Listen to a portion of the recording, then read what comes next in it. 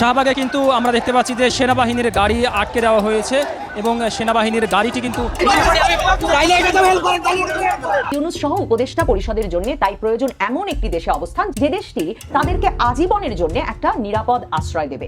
Doctor Yunus এবং উপদেষ্টা পরিষদের সেফ এক্সিটের ব্যবস্থা হয়ে গেছে পাকিস্তানের এস্টাবলিশমেন্টের মাধ্যমে। কাজেই ডক্টর ইউনূস সহ উপদেষ্টা পরিষদ এবং তাদের তরুণ নেতৃবৃন্দ, কর্মকর্তাবৃন্দ এদের যে কোনো রকম বিপদে তাদের অবস্থানের জায়গা হিসেবে চিহ্নিত করা হয়েছে পাকিস্তানকে, এবং সেক্ষেত্রে এই ভিসা ফ্রি চলাচল, অবাধ ভিসায় বাংলাদেশ থেকে পাকিস্তান যাওয়ার সুযোগ অত্যন্ত গুরুত্বপূর্ণ ভূমিকা রাখবে বাংলাদেশের রাজনীতিতে, আগামীর এবং বর্তমান রাজনীতিতে। দেখুন, সেফ এক্সিট হিসেবে কেন ডক্টর ইউনূসের মতো বিশ্বমানবও ভাবতে পারছেন না ইউরোপ আমেরিকার কথা, কিংবা ডক্টর ইউনূস যদি বা ফ্রান্সে গিয়ে আশ্রয় নেন, কিন্তু তিনি তো কোনো সামাজিকভাবে চলাফেরা করা তার জন্য হয়তো অনেক ক্ষেত্রেই মুশকিল বা নিরাপত্তার সমস্যা হতে পারে। এর পাশাপাশি ডক্টর ইউনূস সহ উপদেষ্টা পরিষদের মধ্যে ভয় আছে। একদিকে যেমন ভয়, ইউরোপ আমেরিকার দেশে গেলে তারা সামাজিকভাবে যে কোনো চলাচল করতে পারবেন না, ডক্টর ইউনূসের লন্ডন সফর তার প্রমাণ, মাহফুজ আলমের নিউ ইয়র্ক সফর তার প্রমাণ, এবং ১/১১ সরকারের আমলের মঈনুদ্দিন ফখরুদ্দিন সাহেব নাকি এখন মাঝে মাঝে এত বছর পর মাঝে মাঝে নামাজ পড়তে মসজিদে যান। এছাড়া আর কোনো রকম সামাজিকতায় বা সামাজিক অনুষ্ঠানে তারা এখনো বের হতে পারেন না বাড়ি থেকে। ডক্টর ইউনূসের ভয় আছে অন্য দিক থেকেও। ডক্টর ইউনূসের ভয় আছে যে কোনোভাবে তাকে যদি আন্তর্জাতিক কোনো বিচারের মুখোমুখি করে ফেলা হয়, তাকে বা তার উপদেষ্টাদেরকে অবৈধভাবে ক্ষমতা দখল থেকে শুরু করে মানবাধিকার লঙ্ঘনের নানা অভিযোগে, সেক্ষেত্রেও ইউরোপ আমেরিকার দেশগুলো কিন্তু নিরাপদ আশ্রয় হয়ে উঠতে পারে না। ডক্টর ইউনূস সহ উপদেষ্টা পরিষদের জন্য তাই প্রয়োজন এমন একটি দেশে অবস্থান যে দেশটি তাদেরকে আজীবনের জন্য একটা নিরাপদ আশ্রয় দেবে। ডক্টর ইউনূস এবং উপদেষ্টা পরিষদের সেফ এক্সিটের ব্যবস্থা হয়ে গেছে পাকিস্তানের এস্টাবলিশমেন্টের মাধ্যমে। আর বিশেষভাবে ডক্টর ইউনূসের জন্য এবার অবসরে গেলে, মানে যখন তাকে নির্বাচন দিতে হয়, যদি তাকে নির্বাচন দিতে হয়, তাহলে নির্বাচন দেওয়ার পর নির্বাচিত সরকারের কাছে যদি তাকে ক্ষমতা হস্তান্তর করতে হয়, সেখানে যদি তিনি উপযুক্ত ক্ষমতাবান পদ না পান এবং তাকে যদি চলে যেতে হয়, তাহলে তাকে এমন একটা দেশে গিয়ে আশ্রয় নিতে হবে যে দেশে আসলে তিনি সেবামূলক কাজের সুবিধা সহ, মানে নার্স, ডাক্তার এবং বাসার সাহায্যকারী সহ বিভিন্ন সাহায্যকারীর সুবিধা সহ একটা বাড়িতে বা একটা ব্যবস্থাপনার মধ্যে থাকতে পারেন। কারণ আপনারা নিশ্চয়ই জানেন, ডক্টর ইউনূসের স্ত্রী, যিনি জাহাঙ্গীরনগর বিশ্ববিদ্যালয়ের পদার্থবিজ্ঞানের অধ্যাপক ছিলেন, আফরোজি ইউনূস, তিনি কিন্তু বহু বছর ধরে শয্যাশায়ী এবং ডিমেনশিয়া, মানে স্মৃতি ভ্রংশ হয়ে যায় যেই রোগে, মূল যেটা লক্ষণ, সেই রোগে তিনি আক্রান্ত। এবং ডক্টর ইউনূস তার স্ত্রীর এত বিদেশ ভ্রমণের মধ্যেও কিন্তু আসলে প্রধান কেয়ার গিভার বা প্রধান যত্নকারী। কাজে ডক্টর ইউনূসকে বাংলাদেশের রাষ্ট্র ক্ষমতা ছাড়বার পর এমন একটি নিরাপদ অবস্থানে যেতে হবে যেখানে তিনি তার স্ত্রী সহ, তার স্ত্রীর সেবার ব্যবস্থা সহ একটা নিরাপদ ব্যবস্থাপনা এবং সেবামূলক ব্যবস্থাপনা গড়ে তুলতে পারবে। সেদিক থেকেও পাকিস্তান খুব ভালো একটা পছন্দ এবং একেবারে উপযুক্তভাবে এই কাজটি, এই ব্যবস্থাপনাটি ডক্টর ইউনূসের জন্য করে দিতে পারবে। আর আপনারা জানেন কিনা আমি জানি না, ডক্টর ইউনূসের উপদেষ্টা পরিষদে কিন্তু একজন হিন্দু উপদেষ্টা আছেন, যাকে আমরা কখনো কোথাও দেখিনি বা কোথাও কোনো বক্তব্য রাখতে কোনো অনুষ্ঠানেও কখনো দেখিনি। তার নাম বিধান রঞ্জন রায় পোদ্দার। তিনি একজন চিকিৎসক এবং তিনি জাতীয় মানসিক স্বাস্থ্য ইনস্টিটিউটের সাবেক একজন পরিচালক। এই বিধানচন্দ্র রায় পোদ্দার কোন কোটায়, মানে হিন্দু কোটায় তো বটেই ডক্টর ইউনূসের উপদেষ্টা পরিষদে ঢুকেছেন, আর কি কোটায় ঢুকেছেন জানেন? তিনি ঢুকেছেন তার কারণ তিনি ডক্টর ইউনূসের স্ত্রীর দীর্ঘ সময় ধরে চিকিৎসা দিয়ে আসছেন। ডক্টর ইউনূস পুরো ব্যবস্থাটা এমন ভাবে করে রেখেছেন যে বাংলাদেশ থেকে এবার যখন তাকে অবসরকালীন বা বাকি জীবনের জন্য একটা ব্যবস্থাপনার মধ্যে ঢুকতে হবে, নিরাপদ আশ্রয়ে ঢুকতে হবে, যে সেফ এক্সিট তাকে নিতে হবে, সেখানে শুধুমাত্র তিনি, তার পরিবার, তার পরিবারের জন্য সেবার ব্যবস্থা তাই তিনি নিশ্চিত করেননি। পাকিস্তানে তিনি এই ডাক্তার বিধানচন্দ্র রায় পোদ্দারকে উপদেষ্টা নিয়োগ করার মাধ্যমে তার পাসপোর্টটি দিয়েও পাকিস্তানে যাওয়ার ব্যবস্থা খুলে রেখেছেন। কাজেই ডক্টর ইউনূসের জন্য এই সময়টায় পাকিস্তানের চেয়ে ভালো আর কোনো সেফ এক্সিট হতে পারে না।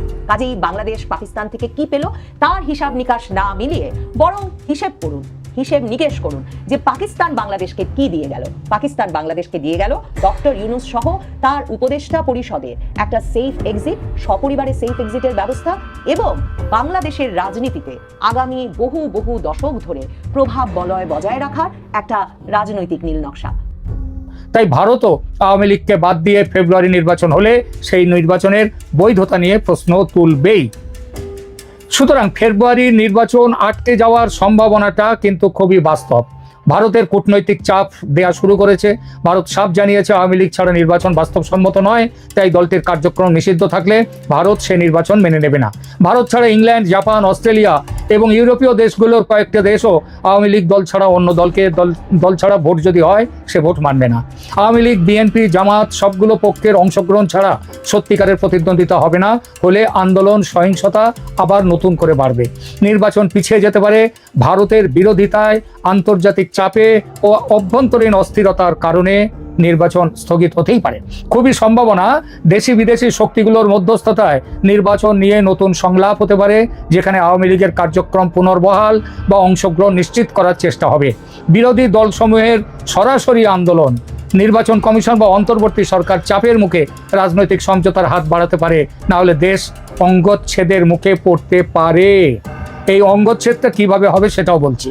অতএব স্পষ্ট, আওয়ামী লীগকে প্রতিদ্বন্দ্বিতার সুযোগ না দিলে বাংলাদেশে ফেব্রুয়ারি নির্বাচন আন্তর্জাতিকভাবে প্রশ্নবিদ্ধ হবে, অস্বচ্ছ হবে এবং ভারতের সক্রিয় বিরোধিতায় ভোট পিছিয়ে যেতে পারে বা অন্য যা কিছু হতে পারে। ভারত কিভাবে বাংলাদেশের নির্বাচন বন্ধ করতে পারে? ভারতের কাছে বাংলাদেশের নির্বাচন প্রভাবিত বা বাধাগ্রস্ত করার বিভিন্ন কার্যকর উপায় রয়েছে। এগুলো প্রধানত কূটনৈতিক, অর্থনৈতিক ও নিরাপত্তা চাপের মাধ্যমে প্রয়োগ করা যেতে পারে। হ্যাঁ, নিরাপত্তার চাপ মানে আরো ভালো করে বললে সামরিক চাপ। অর্থনৈতিক চাপ, বাণিজ্যিক অস্ত্র এটা নিষেধাজ্ঞা ও পরিবহন বন্ধ, ভারত ইতিমধ্যেই সেসব কাজ শুরু করে দিয়েছে। ট্রান্সশিপমেন্ট ফ্যাসিলিটি বন্ধ করে দিয়েছে। মে মাসে ভারত $770 মিলিয়ন বাংলাদেশি পণ্যের আমদানি সীমিত করেছে, যা মোট আমদানির 42%। বাণিজ্য ভারসাম্যহীনতার অপব্যবহার, বার্ষিক ভারত বাংলাদেশ বাণিজ্য বার্ষিক $8-10 বিলিয়ন ঘাটতি রয়েছে বাংলাদেশের, অর্থাৎ ভারত থেকে বেশি মাল যায় বাংলাদেশে, বাংলাদেশ থেকে কম আসে।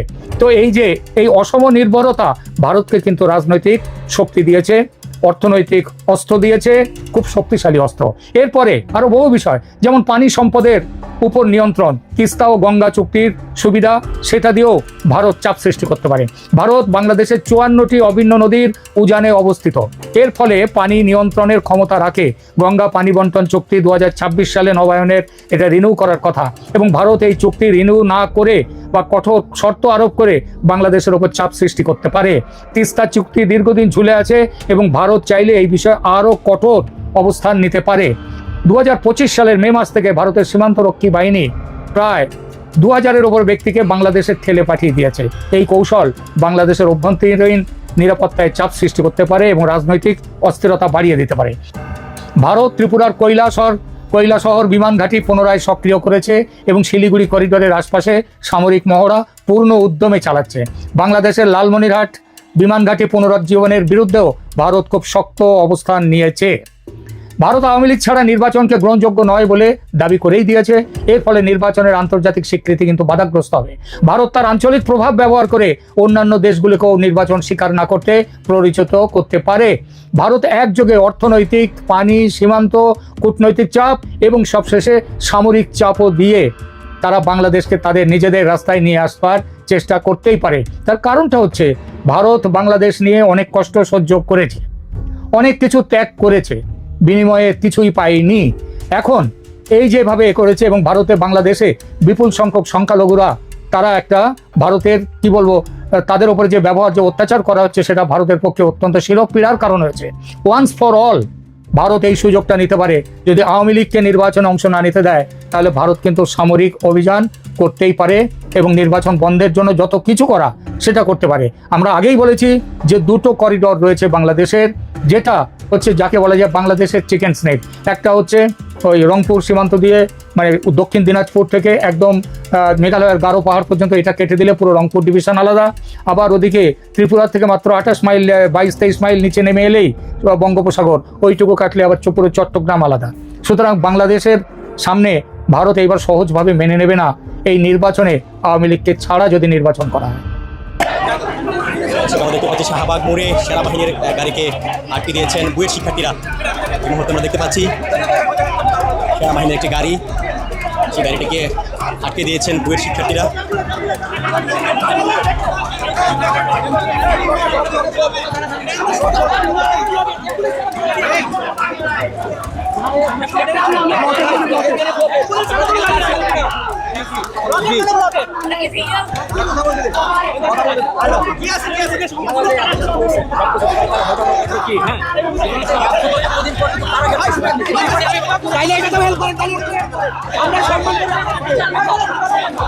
আচ্ছা বলেন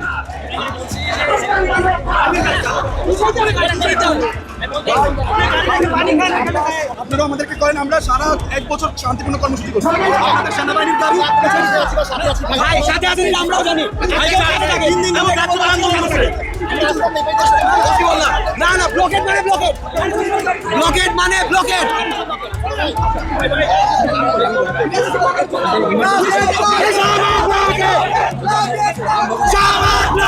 Everybody here has to